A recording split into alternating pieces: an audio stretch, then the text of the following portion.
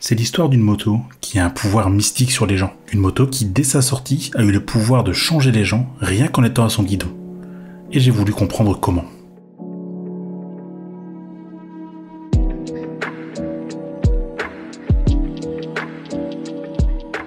L'hiver approchant, j'avais envie de faire des vidéos un peu posées et tenter un truc. Ouais, de vous parler d'un sujet que je trouve intéressant pour moi, que je trouve fascinant. En gros, j'aimerais vous raconter une histoire. Parce que j'adore les histoires. Et ce que je vais raconter aujourd'hui peut t'intéresser si tu débutes dans le monde de la moto, ou si t'es même un passionné de moto en général, ou tout simplement si tu as aussi un a priori sur une moto. Ça peut arriver, on sait jamais, et c'est aussi pour ceux qui aiment les histoires. Parce que comme j'ai déjà dit, j'adore les histoires. Alors déjà oui, on va parler de la MT-07. Oui, je l'ai déjà testé, c'était ma moto pour le permis. Et non, tu n'as pas le droit d'en dire du mal si tu ne l'as pas essayé avant. Pas possible. C'est trop facile de descendre une moto sans l'avoir testée parce que elle est partout, parce qu'elle fait pas un beau bruit, ou parce qu'en général c'est l'archétype du kéké parisien qui veut faire des wheelings sur le périph', tu vois. Aujourd'hui, on va essayer d'être objectif, un minimum. Si possible.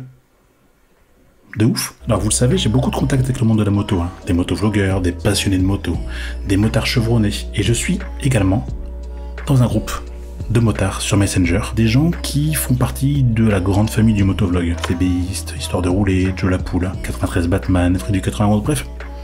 Plein de bonnes personnes, tu vois, vraiment plein de bonnes personnes. Et j'ai pas mentionné celle de table parce que c'est pas une bonne personne. Est venu forcément le sujet de changer sa moto. Et à un moment est venu un débat sur les MT.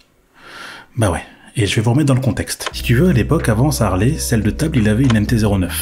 Fridouille venait de vendre son Crossrunner pour une MT-10. Et il est venu le cas de Joe la Poule. Alors, il a foutu à la poubelle son KTM, qui était vraiment une grosse merde. Mais je vais pas raconter l'histoire ici parce que ça m'aurait beaucoup trop de temps. Et est venu le débat, et pourquoi pas une MT? Alors bien évidemment, le sujet fâche, parce que dans le groupe, tu as des adorateurs de la MT, mais tu as aussi des détracteurs de la MT. Bref, débat houleux. Et au final, Joe, il est parti sur un MT-09. Pire, un de mes gars sûrs, qui s'appelle Riders Report aujourd'hui, mais c'était Alpha Rider à l'époque, pour des raisons que je ne révélerai pas ici, il a eu besoin d'une moto. Et Joe la Poule, bien gentil comme il est, qu'est-ce qu'il a proposé? Son MT-09 en test. Et en fait, il faut savoir que Alpha Rider, ou Riders Report, bref, appelle-le comme tu veux, c'est un détracteur de la MT, mais de ouf. Genre, il aime pas la MT, mais dans son ensemble, parce que, pour toutes les raisons que j'ai citées, on la voit partout, elle fait pas un beau bruit, c'est la moto de kéké par excellence, bref, détracteur de la MT. Crois-moi, ou crois-moi pas, Riders Report, il en est tombé amoureux de la MT-09. Mais genre vraiment, il a pris des photos, il s'est amusé avec, et il en est tombé amoureux. Et encore, dernièrement, en novembre 2019, il y a un méga sûr qui monte. C'est un tout petit motovlogueur qui monte, il s'appelle Walana. En fait, il a testé un MT-07. Il partait sur un très mauvais a priori. On voit la moto partout, elle est pas ouf, et au final, il a aimé. Je suis choqué quand même. Je pensais pas que la MT-07 allait être pas si ouf que ça, mais je veux dire, ça va, elle reste vachement bien comparé à ce que je m'imaginais. Son idée première, elle a changé. Et moi, la seule question que je me suis posée, c'est comment a-t-elle fait?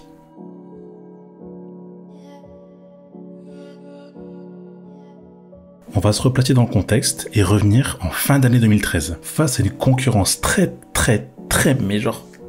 rude sur le marché des moyennes cylindrées et des roadsters en général. Yamaha décide de se lancer sur le secteur. En 2013, à l'époque, Yamaha, ils avaient deux motos qui ne se faisaient pas concurrence, mais qui étaient dans le spectre général des roadsters classiques. Dans un premier temps, la FZ8, la Phaser 800, qui avait ce côté un peu plus sportif, et deuxième moto, la XJ6, petite sœur de la XJ6 en diversion. Bref, deux poids, deux mesures. Alors le marché en 2013 est dominé de ouf par Kawasaki.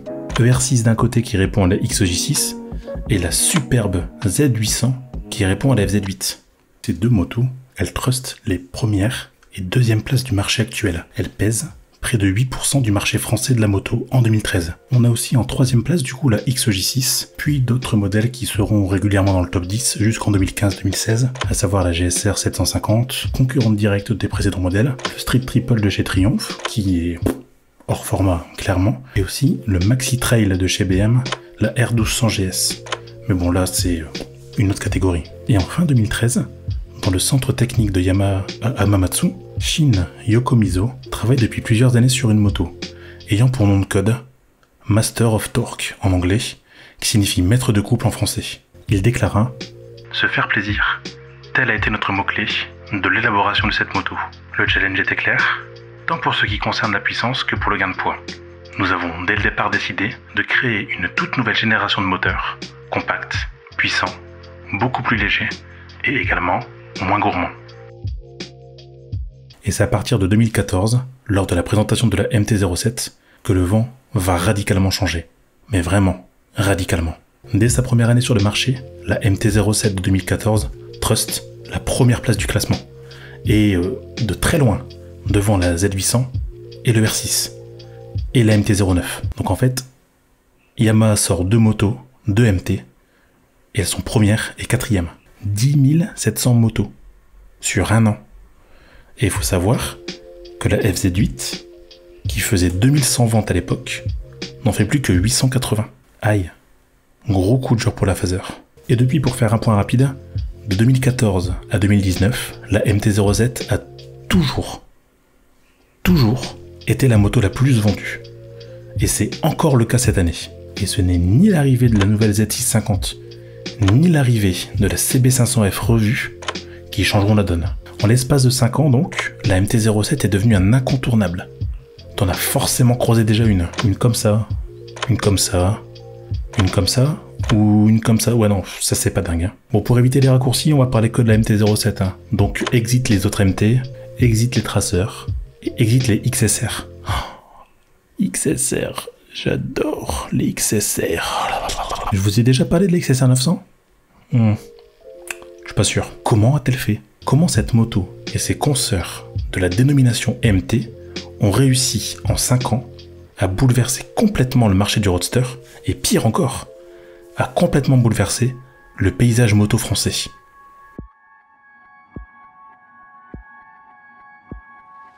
Tu te souviens de la déclaration de Shinyo Komizo, le chef de projet de la MT-07 ? L'une des raisons du succès de la MT-07, c'est son moteur. Un tout nouveau moteur qu'on appelle le Crossplane 2. Le CP2. Je vais pas te faire un cours sur le crossplane parce que c'est clairement pas l'objet de la vidéo, mais en gros, l'objectif du crossplane, c'est de faire en sorte que le pilote ressente le plus possible la poussée due à la combustion. Tu vois cette sensation de je pars en arrière.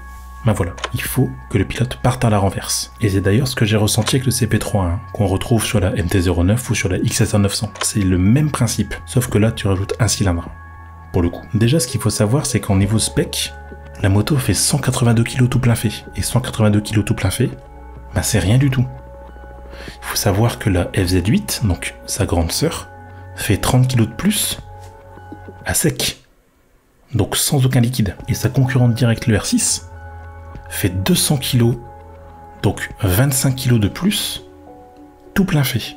Donc t'imagines un petit peu le poids plume. Cette meule, c'est un poids chiche. MT, c'est maître du couple. Et c'est vrai que là aussi on a du beau jeu, parce qu'avec 68 nanomètres à 6500 tours minute, on est largement devant toutes ses concurrentes. Avec une vitesse de pointe à 215 km/h, on a largement de quoi perdre son permis. Elle est hyper légère, elle est hyper maniable. Elle a une position plus droite que ses concurrentes. Et malgré des suspensions qui sont pas ouf, il faut se le dire, c'est pas ouf, et un freinage qui manque vraiment de mordant, et ben elle a réussi à sortir son épingle du jeu. Avec son réservoir de 14 litres, tu peux monter, grâce aux normes européennes, à plus de 300 km d'autonomie. Moi, avec ma diversion, je monte à 200 bornes. La différence, elle est flagrante. Son centre de gravité est super bas. Mais vraiment super bas, ce qui donne une impression de sécurité dingue, ce qui donne justement la possibilité d'avoir un meilleur maintien, et ce qui donne la possibilité de prendre des virages entre guillemets plus facilement. C'est donc une moto qui pour moi est axée sur deux choses, le fun et le ressenti. Bon, et puis pour rajouter quelque chose quand même, parce que bon, maintenant au point où on en est, faut savoir que la MT a eu la faveur unanime de la presse spécialisée de la moto. C'est une moto simple, en adéquation avec son temps, et qui est qualifié à l'époque de roadster super motard. Donc rien que ça. La MT, c'était le super mode des roadsters. Donc tu vois un petit peu le truc. C'est un succès monstrueux. Et très vite, la MT-07 a pris des dimensions spectaculaires.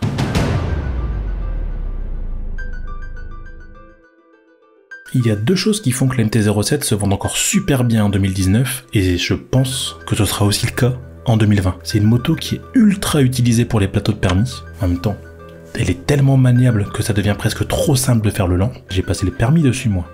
Et ouais, mon gars. Et je me suis jamais senti aussi bien sur une moto. La moto, c'est un mouchoir de poche en termes de braquage. Et encore, un mouchoir de poche plié. C'est... Tu braques très facilement. Mais c'est trop facile. Et si tu me suis sur YouTube, eh ben tu l'as très certainement remarqué parce que tu dois pas suivre que moi. D'ailleurs, abonne-toi si tu me suis pas, c'est parce qu'il y a plein de contenus comme ça qui vont arriver, je pense. Si ça te plaît, c'est que la MT-07, elle est utilisée par beaucoup de motovlogueurs. Je suis sûr et certain que tu connais au moins 5 personnes autour de toi ou des motovlogueurs qui ont eu ou qui ont encore une MT-07. Je te laisse quelques secondes pour réfléchir.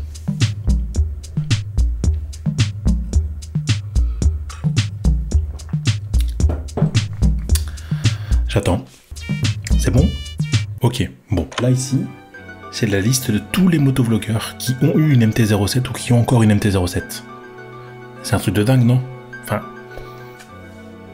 C'est d'ailleurs pour ça que certains motovlogueurs ont créé ce qu'on appelle un motovlog starter pack. Et c'est assez rigolo pour le dire. Hein. Pour certains, c'est un choix du cœur, pour certains, c'est un choix du fun, et pour d'autres, c'est aussi un choix du prix. À sa sortie, la moto faisait grosso modo 5700 €. C'est rien. Elle est capable de tellement de choses pour ce prix-là, que c'est rien du tout. Et aujourd'hui, elle en paye encore le prix. Elle est tellement vendue, qu'elle décote pas cette moto. C'est très rare de trouver en occasion des MT-07 à moins de 5000 €, bien équipés et peu kilométrés. C'est vraiment un parcours du combattant. Mais en même temps, c'est le prix à payer hein, pour goûter au fun absolu.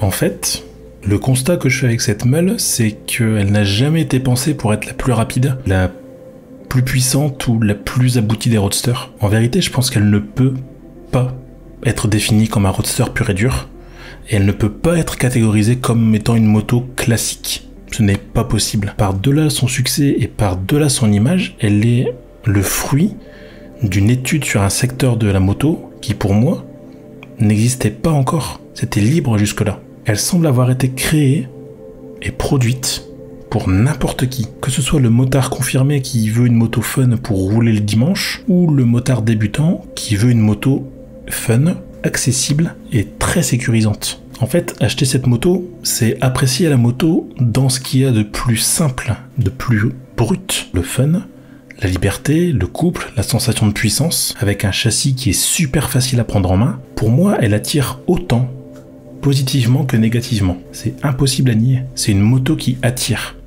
quelle qu'elle soit. Elle attire l'œil. C'est clairement cette moto qui m'a donné envie de rouler librement en vérité. Tellement c'est facile la moto en MT-07. C'est une approche qui est complètement différente de la moto. Genre mais vraiment différente. Et elle ne laisse personne indifférent. Si tu n'as jamais roulé en MT-07, je te conseille vivement d'essayer. Vivement. Et ben merci à tous de m'avoir suivi pour ce petit dossier, ce petit debunk de la MT-07. J'espère avoir éclairé vos lanternes. J'espère aussi que ce type de contenu te plaît. Et que si c'est le cas, et ben comme c'est plutôt facile à produire et à monter, et ben je pourrais peut-être réitérer l'opération, une fois de plus, sur un autre sujet. Et si tu veux pas, ben c'est pas grave. Hein. Mais vraiment par contre j'insiste, hein, si vous n'avez jamais roulé en MT-07, et ben allez dans la concession Yamaha la plus proche, demandez un essai d'une MT-07. Mais par contre vraiment, hein, faites-vous votre propre idée sur la moto. Hein. N'écoutez pas les conseils d'un mec mal rasé, mal fagoté, obèse et qui a un chapeau comme logo. Hein. Faites-vous votre propre idée. Si t'es fan de la MT ou si t'es pas fan de la MT, ben je serais content de connaître en commentaire ton avis sur la question et de me dire pourquoi tu aimes la MT et pourquoi aussi tu n'aimes pas la MT-07, la MT-09, la MT-10. Ça me permet de faire un débat avec vous et ça m'intéresse à fond de savoir ce que tu penses de la gamme MT. Et si la vidéo t'a plu, n'hésite pas à la partager autour de toi, comme ça on peut créer une grande communauté de débat. Et bah du coup, bref, voilà. Merci de m'avoir écouté et du coup, bah, je te dis à bientôt. Bisous les potes. Ciao.